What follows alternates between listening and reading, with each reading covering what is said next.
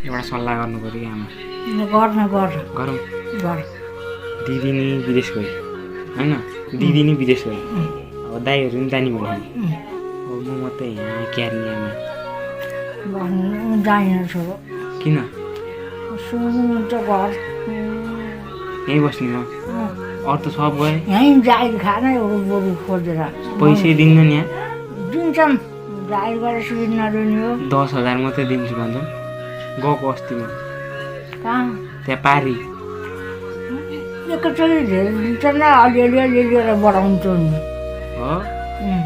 जाम क्या विदेश विदेश नजाऊ नजाने यहीँ बस्छौँ म किन मलाई बेच्नु होला म मरेपछि गएर जान्छु किन नि त्यस्तो मलाई त सँग देखाउनु हुन्थ्यो म भिडियो कल गरिहाल्छु नि तपाईँलाई हुन्न हुन्छ कि यहाँ यसरी आएर भएर बात मारे जस्तो हुन्छ